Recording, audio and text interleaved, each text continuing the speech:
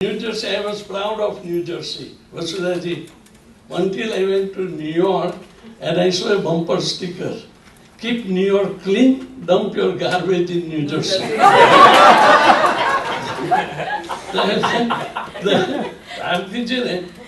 I'm scared. But anyway, અમારો new જર્સીમાં છે ને, જો રસ્તામાં તમે હેપી કપલ જુઓ ને તો જાણવું કે બૈરી બીજાની હશે.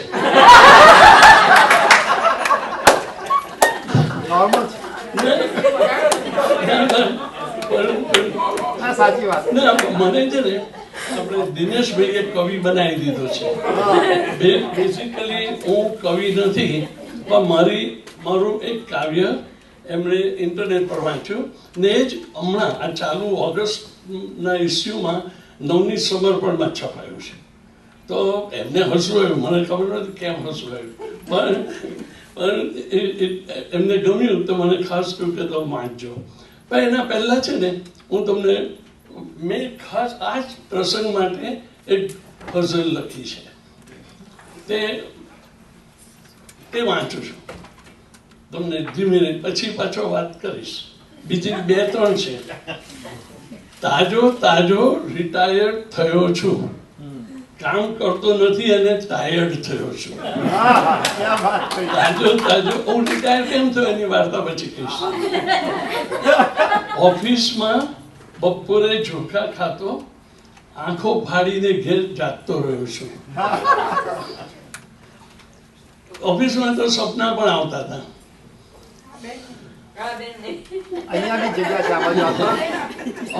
એ સપનાબેન છે, ખબર તો તમને બોલાવે. અચ્છા, દિવસ આખો લોકોના ફોનની રાહ જોઉં છું, રોંગ નંબર પણ વેલકમ કરતો રહ્યો છું. હવે રોંગ નંબર હમણાં જ છે ને ગયા અઠવાડિયે જ આવ્યો કે અમારે ત્યાં મને સીધો બિલીવ ઇટ ઓર નોટ એનો મારા પર પહેલો ફોન આવ્યો. મને કે તમારે રેસ્ટોરન્ટમાં આવવાનું, how can I come to your restaurant? એટલે where you want to go? તો કે India Palace. Where do you live? તારે કે હું પ્લેન્સબરો રહું છું. તમે did you see the Scudder Mill Road? તો yes, I go take Scudder Mill Road, go to the one south, take one south, go to the Texaco gas station and then go to the to make a right turn and we are right there. Okay, thank you. But if you have a problem, keep this number. Call me anytime for anything. I am home. મને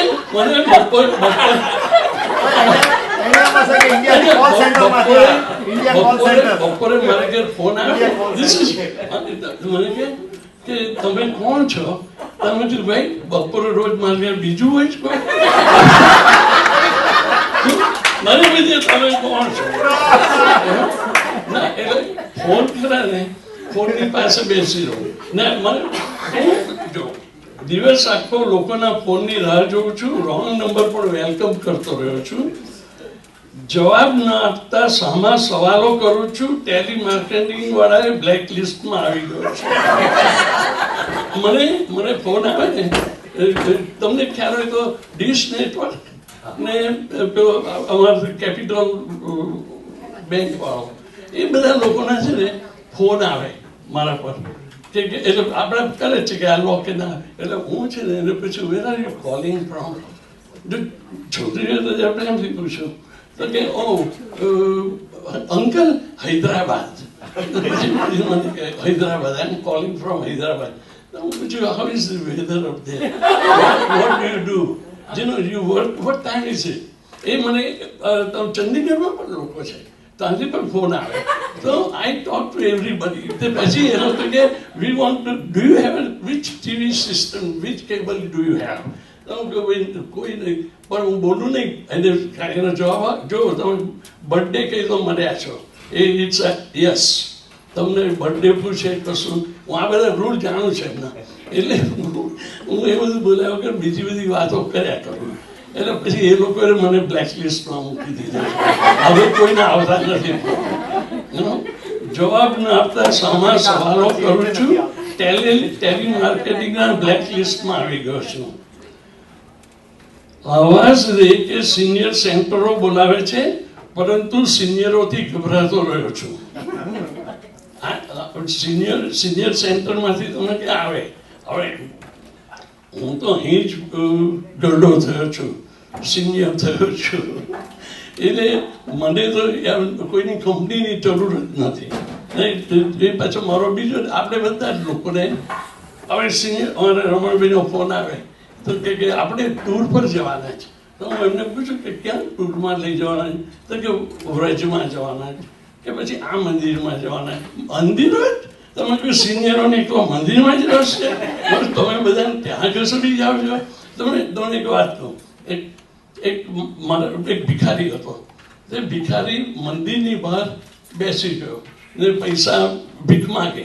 તો મંદિરમાંથી લોકો નીકળે ને તો એને કંઈ 2 આના 5 આના જગ્યા એવું થયું આ પરચુરણ આપે. ત્યારે એક દિવસ એને ચેન્જ કર્યું, બહાર હતો ને એની બહાર બેઠો ને જે કોઈ નીકળે તો $1, $2, $5 જેમ જે ફેંકવા એ ફેંકે. ત્યારે હોય કે ઓ ભગવાન, તું રહે છે ક્યાં અને એડ્રેસ કેમ આપે છે?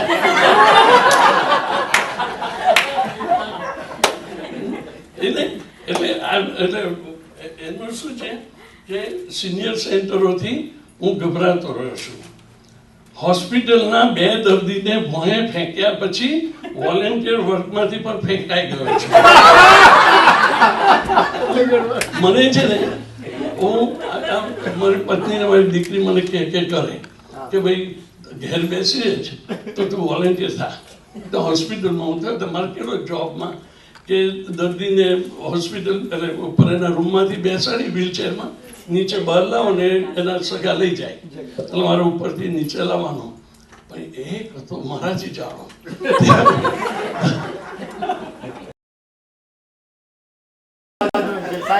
એનીવે હું છે ને એ પેલાને મહારાજી જાડો ખરેખર.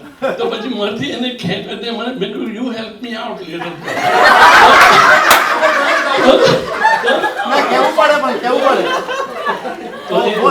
એ ઉઠવા જતો ને હું એને ખેંચી ને એટલી વાર વ્હીલચેર એ મારા પર પડ્યો. પાછળ વ્હીલચેર જતી રહી એટલે એ મારા પર પડ્યો. તો અમે બંને છે એની બાજુમાં બેડ ખાલી જતો, મને ત્યાં સુવડાયો. મને કોણી છોડી ગઈ ને મારું વજન તમે તો 200 પાઉન્ડ છે અને એનું છે 275 એટલે it was totally A big problem. એટલે પછી પેલા કે એના કરતા માજી આવ્યા ને મને કે હવે તમે we need somebody strong and all that. મને છૂટો કર્યો વોલેન્ટિયર વર્કમાંથી. એક તો પૈસા નહોતા મળતા ને એમાંથી રિટાયર કર્યો.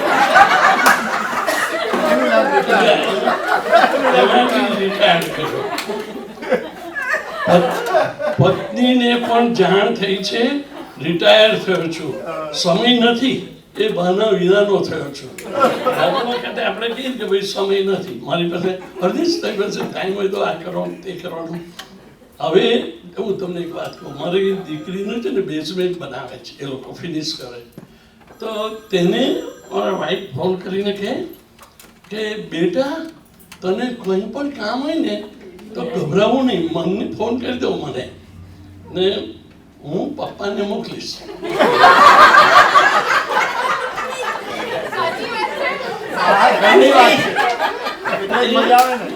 મને બિઝી કરવાના રસ્તા એ નહીં. બનાવે નોટ કે કિશોર રાવલ છે મારા ઘેર આવ્યા, મારા મિત્ર થાય. બપોરે બિચારા ફ્રી હતા, અમે 3 જણ ભેગા થયા. એકવાર કાંતિભાઈને લઈ આવ્યા. કાંતિભાઈ, હું કિશોર રાવલ ને પછી બીજા કિશોરભાઈ બીજા છે. તે અમે 4 જણ બેઠા. પછી મેં એમને કહ્યું આપણે સાથે લંચ લઈશું ઘરમાં છે. તો લંચની તો વાત બાજુ કે પણ પેલા કિશોર રાવલ મને કે મને જીને ટોનિક બનાવી આપો. તો મેં એમને આપ્યું. પેલા કંઈક મને ઓરેન્જ આપવા એમ થાય ને અમે પછી ધીમે રહી ને બધા જ સૂઈ ગયા. ત્રણ જણ સુઈ ગયા. તો મેં કહ્યું ચાલો હું સુઈ જાઉં. તો અમે લોકો સુતા ને હંસા આવી તો કે આ શું છે? તમે અમારી પાર્ટી ચાલે છે, ઘરમાં સિનિયરોની પાર્ટી ચાલે. તો કિશોર રાવલ કરે મારે ત્યાં આવ્યા ને એક દિવસ એકલા હતા. તો મેં કહ્યું ચાલો કોફી પીએ આપણે બે જણ. કોફી બનાવી ને અમે કોફી પીતા હતા ને અંશા બીજા રૂમમાં હતી ને જોયા કરતી જાતે ઓપ્રા વિનફ્રી. તો એની ઓપ્રા વિનફ્રી જોયા કર એ ઓપ્રા જાણે એ લોકો છે. હું એકદમ રિટાયર થઈને ઘરમાં આવ્યો ને એટલે એનો ટીવીનો ઓપરાનો જે શો કર્યો ને એમાં ના એ જુએ તો હું બાજુમાં બેઠો ને તે જાણે એ પેલે માસીની બે હોય ને બેનો એમ તે સાંભળે ને હું વચ્ચે આ કે તું છે ને તો એટલે મને કાઢી મૂકે. તો એને એનું જે સ્ત્રીનું રૂટીન હોય છે ને આખો દિવસ તેમાં ડિસ્ટર્બ થઈ જાય. તમે એને મને બિઝી રાખવા માટે શું કહ્યું કે આપણા બહારના પ્લાન્ટ છે, પેટીઓના પ્લાન્ટ બધા તેને પાણી પીવડાવવાનું.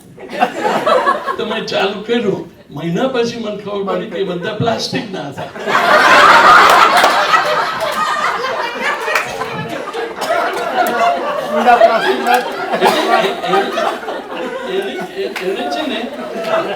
પત્નીને પણ જાણ થઈ છે રિટાયર થયો છું, સમય નથી, એ બહાના વિનાનો થયો છું. મેં તમારે કિશોરભાઈની વાત પૂરી કરી નહીં. તમે મગ ધોવાના કોફી પીધી પછી કિશોરભાઈ ઉભા થાય એ બિચારા જાણે ત્યારે એક સમદુખિયા છે આપણે એટલે કે હરમીસ જ ધોવાના છે. તો એ બિચારા મારો એમનો મગ ધોવા ઉઠ્યા. તો હંસા કે મૂકી દો અમારા ઘરમાં આવું નહીં કરવાનું, હરદીશ તું ધોઈ નાખ.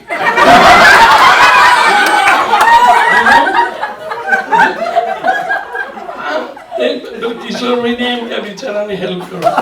વાર્તા સમજે છે આપણે અમેરિકામાં છે અમારે ત્યાં નશાનિક સ્ટેશનમાં એક જ કાર જાય એવો એક જ વાહન જાય એવો બ્રિજ આવે. તેમાં અમે નિયમ છે. નિયમ એટલે તમે જુઓ દૂરથી કે પેલા એન્ટર થાય તો તમારે હટી જવાનું હોય તો ઊભા રહેવાનું. આ પહેલાના વખતની વાત છે. તો એક કાકા ને કાકી બે જણ છે ને તો ઘોડાગાડીમાં જાય ને સામેથી એક ઘાસ ભરેલું ગાડું લઈને ખેડૂત આવતો હતો. તે બે જણ છે ને હવે પેલા કાકાએ જો કે આપણે ખોટા છીએ. તેની વાઈફ કે નહીં ચલાવો એ પેલો એવો ખોટો છે એ ખોટો. તો ભાઈ બે જણ સામસામે એને ઉભા રહ્યા. તો પછી પેલું આખું ગાડું પાછું ખેંચવાનું. તો પેલો માણસ ઉતરી ગયો ને આ લોકો કે અમે નહીં હટીએ. એટલે પેલો છે ને ઉતરીને ધીમે ધીમે આમ ઊંધું ખેંચે. ત્યારે આ માણસ ઘોડાગાડીમાંથી ઉતરી પેલો પુરુષ ને પેલાને કે ભાઈ આઈ એમ સોરી, અમારો વાંક છે, અમે અંદર ધસી આવ્યા, તું એનો હટે છે. તો કે ભાઈ મારે ઘેર આવી એક બૈરી છે, તારું જાણું છે, હું જ હટી જઈશ, તું સુખી થાય. એ જગતની છે. હવે તમને મજાની વાત કહું કે મારા પત્ની છે ને, હવે મારા પત્ની એટલે તમારા બધા વિચારો તમારા પત્નીને મગજમાં રાખવાનું કે મારો શર્ટ કે પેન્ટ કે કશી કોઈ વસ્તુ બદલાવાની હોય ને પાછી, તો જો મારી પાસે રિસીટ ના હોય ને તો હું ના જાઉં ને પડી રહેવા દઉં. લગભગ દરેક પુરુષના એવા સ્વભાવ હોય. એ છે ને મહિના પછી પણ રિસીટ વગર બદલાઈ આવે. એ મારું શર્ટ કે પેન્ટ એક વખત સિયર્સમાં એ બદલાવા ગઈ ને ત્યારે હું ત્યાં સિયર્સમાં એની પેલા રેકની પાછળ ઊભો હું નજીક નહોતો ગયો કારણ કે રિસીટ નથી, કશું નથી. તો એ જઈ ને પેલી છોકરીને કે you C my dumb husband lost the receipt. The belly cat, oh, I know. એને બદલાઈ આપે, એ બદલાઈને લઈ આવે. એટલે ના અમારા બધી જ લગ્ન જો છે અમારે છે ને જ્યારે વિવાહ થયા ને અહીં મારાથી મોટું કોઈ નથી, 1-2 જણ હશે, પણ એ સિવાય તો અમારા વખત તો વિવાહ 20 મિનિટમાં મારે છોકરી પસંદ કરવાની હતી. આ જેકેટ લેવામાં મેં 2 મહિના કાઢ્યા.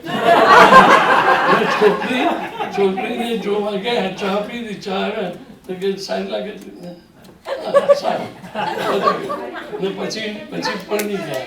પણ અમારા છે ને તે અમારાથી છે ને તે વાતચીત, અમારા સસરા ને બધા એક્ટિવ હતા કે અમે સાથે બેસીએ ને અડકીએ, ઘણા પ્રયત્ન કર્યા. તો અમે જ્યારે બહાર ફરવા જઈએ ને તો મારાથી એનો હાથ ના પકડાય, કારણ કે વચ્ચે મારા સસરા ચાલતા. હું છે ને એના પર અમે લોકો પરિમલ પાર્ક છે અમદાવાદમાં, ત્યાં જતા હતા. એનીવે પછી મેં શું કર્યું કે હું શંકર જયકિશનની ત્યાં શો હતો અમદાવાદમાં, તો મેં એને કહ્યું કે ભાઈ હું 3 ટિકિટ લઈ આવ્યો છું. ત્યારે એ કે 3 કોની? તમે કહ્યું તારી મમ્મી, તારા પપ્પા ને તારો ભાઈ.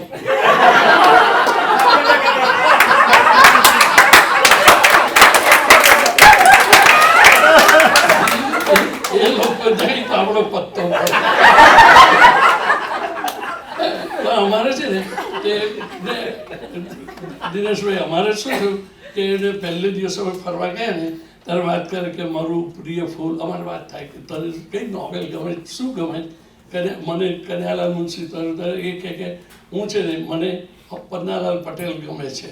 પછી કે ફૂલ, ત્યારે કે મને પેલું એનું ગમે છે, આપણે તમે લખ્યું તે કઈ કવિતા? ગુલમોહરનું.